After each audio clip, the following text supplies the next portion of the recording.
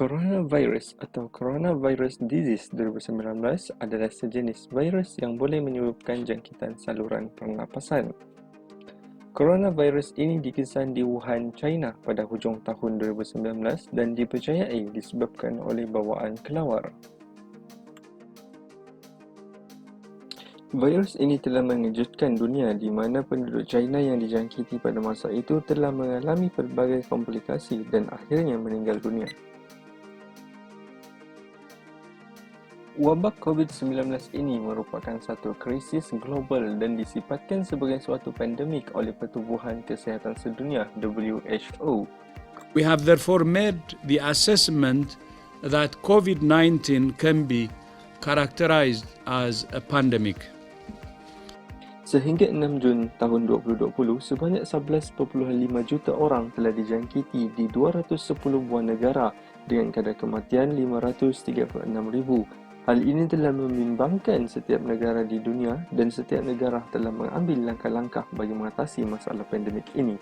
Sebagai contoh, di benua Asia seperti Jepun telah menguatkuasakan larangan kemasukan penumpang yang telah berada di kawasan yang terjejas di China, Korea Selatan atau Itali yang telah berada 14 hari sebelumnya. Selain itu, terdapat tempat-tempat menarik seperti Tokyo Disney Resort telah ditutup selama beberapa minggu dan negara ini sementara telah ditutup separah bagi mengekang penurunan wabak COVID-19. Di samping itu, Tamasya Olimpik dan Paralimpik 2020 di Tokyo juga akan ditangguhkan selama setahun dan telah disetujui oleh Presiden Jawatankuasa Olimpik Antarabangsa IOC, Thomas Bach, menurut Perdana Menteri Jepun Shinzo Abe. Di barat pula seperti di Amerika Syarikat telah mengenakan larangan perjalanan dari seluruh Eropah dan sempadan antara Kanada dan Amerika Syarikat telah ditutup pada 18 Mac. Pada 16 Mac, penduduk telah dinasihatkan untuk tidak hadir ke sebarang perhimpunan sosial yang melibatkan lebih daripada 10 orang dan menghadkan perjalanan yang tidak penting di dalam negeri.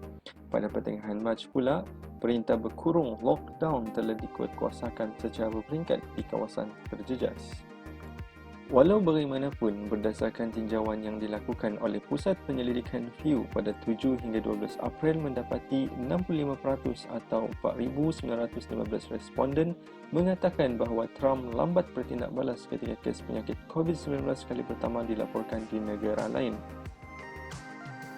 Hampir 2/3 rakyat Amerika Syarikat mengatakan Presiden Donald Trump terlalu lambat mengambil langkah besar bagi menangani ancaman pandemik COVID-19.